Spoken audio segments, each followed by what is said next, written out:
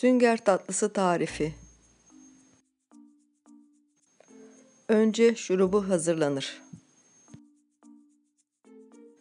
3 su bardağı toz şeker, 3 su bardağı su, 1 adet portakal kabuğu.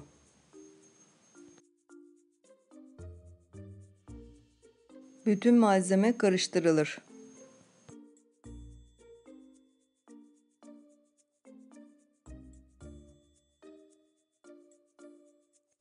Orta ateşte şekerler eriyinceye kadar kaynatılır.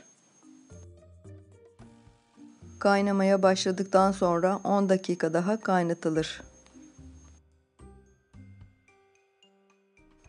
İçine bir miktar limon sıkılır.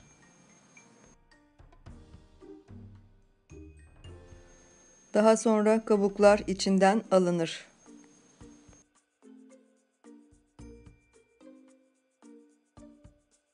Tatlı için malzemeler: 3 adet yumurta, 1,5 su bardağı toz şeker, 3 yemek kaşığı yoğurt, 1 kabartma tozu, 1 vanilya, 1,5 su bardağı un.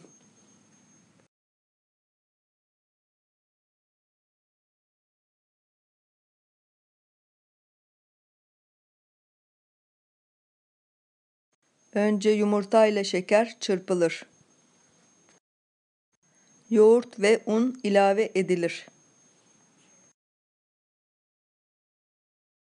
Kabartma tozu ve vanilya ilave edilir. Çırpmaya devam edilir.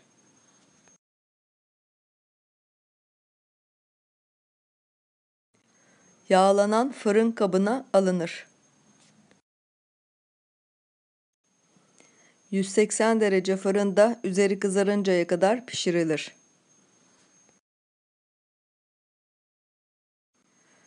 Fırından çıkınca oda sıcaklığında 1 bardak su dökülür.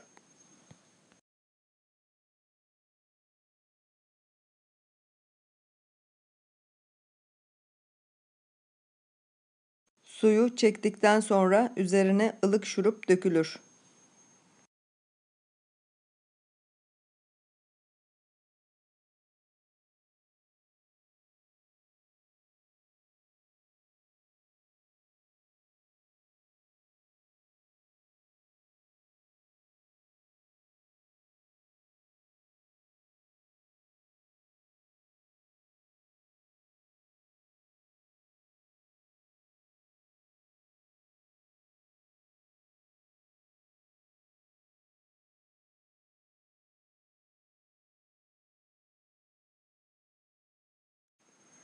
Sünger tatlımız hazır. Afiyet olsun.